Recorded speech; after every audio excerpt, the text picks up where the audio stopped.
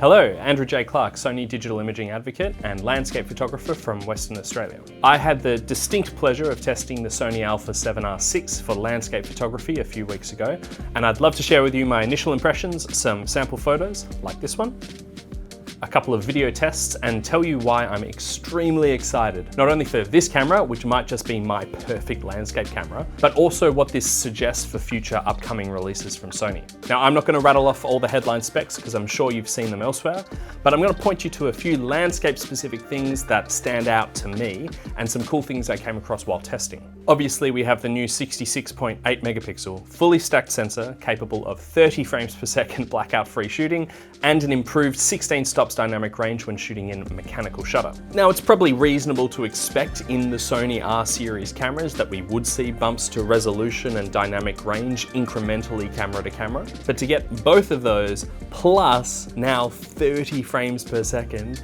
raw files at that higher resolution is actually pretty crazy. Now, the key to having all of these improvements in one camera is clearly this new stacked sensor and how that ties into the new dual gain output in both photo and video modes. Now, in stills, there's no specific menu option to turn it off and on, but Sony have stated that we're getting 16 stops dynamic range in mechanical shutter, so no doubt it will operate like the recent A7R in that you will lose a bit of dynamic range when you swap to the electronic shutter. And it's at those low ISOs in mechanical shutter where the sensor is reading both the low gain and the high gain circuit simultaneously to improve the dynamic range. Now, would I prefer that you keep that dynamic range in electronic shutter as well? Sure. But at the same time, if half a stop to a stop of dynamic range is going to be the trade-off to still get 30 frames per second blackout free shooting at this resolution with usable rolling shutter for action and wildlife, then absolutely sign me up. I know from considerable personal experience shooting on the A7R5 for a month in Antarctica and South Georgia that the rolling shutter in electronic shooting was unusable in that camera for fast-moving wildlife subjects. And considering the R series has always been image quality first, this implementation, in my opinion, is the best way a camera manufacturer has bifurcated camera features such that landscape is still absolutely the priority, but action, sports, wildlife is still going to be extremely good on this camera and much, much improved from the previous version. Of course, the A1 Mark II does make fewer compromises between mechanical and electronic shutter, but you have to keep in mind that one, that's also a meaningfully more expensive camera, and two, it is a step below in image quality. It doesn't prioritize image quality as much as the A7R Mark VI. Now, dual gain output in video is also an extremely exciting addition for me for two main reasons. Firstly, I love filming time lapses when I'm on my landscape shoots. Often in the past, I have shot them in stills, but the workflow for editing still time lapses is absolutely tedious. And in the R6, the combination of S-Log3 and DGO, which is available in video and S&Q mode, I haven't seen many people talking about this, but yes, DGO is available in S&Q, will make filming and editing time lapses a complete breeze on this new camera. I didn't have a huge amount of time to take time lapses while also getting some still images out of the pre-production unit, but take a look at this short sequence from down at Sugarloaf Rock. You can see that as the sun rises above this rocky ridge on the right, we're really pushing dynamic range to the extreme, but we're retaining so much detail in the sky, in those bright clouds, and also really clean shadows in the foreground.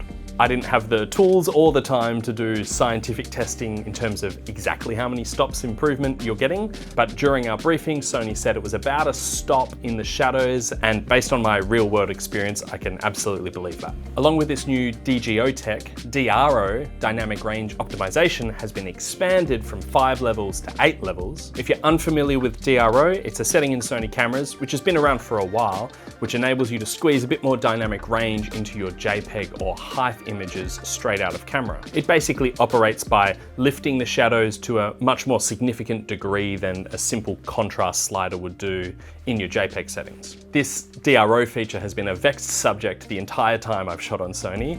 A lot of people I know, including professional landscape photographers, extremely good professional landscape photographers, hate this feature and have it permanently off. The reason comes down to how it embeds the JPEG preview into your RAW file. Essentially, because it's doing quite a lot to change the tonal range and contrast of your image and the perceived brightness of your image, If you're not used to using more accurate tools to measure your exposure in camera, like the histogram and like zebras, it may result in you underexposing your image pretty significantly and then having trouble in post recovering those shadows in a clean way. I've also had a lot of guests at my workshops and photo tours find themselves really disappointed when looking at the raw file or confused by the appearance of the raw file after seeing those embedded previews. Now, my perspective on DRO has sort of come full circle, and I now really like it for how it helps my workflow, but I'm going to talk about that more in a second after I show you some JPEGs which were captured with DRO on. Now, I'm going to keep saying JPEG for convenience, but be aware that some of these photos are HEIF files, which have a little bit more flexibility in terms of how you can process them. With that in mind, I can confidently say that this was the best experience I've ever had shooting JPEG. I don't tend to shoot JPEG a lot, but it becomes really important when you're testing a pre-production camera where you can't process the raw files. And these JPEGs were the best looking landscape photos in terms of tonal range and contrast and even colors that I've ever seen straight out of camera. Landscape is of course a really tricky discipline in terms of dynamic range because you're often shooting directly towards the sun or maybe offset 45 to 90 degrees from where the setting sun is, with dark foregrounds and often really bright highlights in the clouds. So I found the expanded range of DRO from 5 levels to 8 levels, whatever that means, gave me even more flexibility to get the right tonal range in my foregrounds compared to my skies. Along with that, Sony has made an improvement to the color science in the camera, and it's now using both a visible light and an IR light sensor that's making a guess as to the color temperature, but then feeding that guess into the AI processing unit to estimate what the light source is. I don't really understand the minutiae of how that works, but that's how it was explained to us in the briefing. And although colors straight out of camera is not something that I tend to care too much about being exclusively raw shooter, I did notice the difference in these JPEGs. They were just easier to work with. Now, even though I have no plans to abandon my raw workflow for any of my work, having better JPEG previews improves my workflow in a few very real ways. First, seeing a great looking JPEG on the back of your camera in the field is just a really positive experience, and it also is great feedback to let you know that yes, you're on the right track. You are going to be able to process this raw file into an image which looks good. There's a technical reason too. Having your DRO cranked up lets you know that there's recoverable shadows and it's reflected on the histogram. So if you have DRO off and you're relying on the histogram to get your exposure correct, you may incorrectly overexpose thinking that you're clipping your shadows too much and accidentally blow out your sky, which in my opinion is a worse outcome for landscape photography. Having DRO on better reflects the amount of dynamic range which is captured in the raw. But beyond that stuff in the field, perhaps most importantly, for me, having really great JPEG previews speeds up my editing workflow because I use those embedded previews to cull my photos. And I've found over the past few years that I can more quickly narrow down to the best shots if the JPEG preview already looks good and is revealing more of the color and texture that is possible to extract out of the raw file, as opposed to just previewing the raw file itself, which on Sony cameras is very flat and lifeless a lot of the time.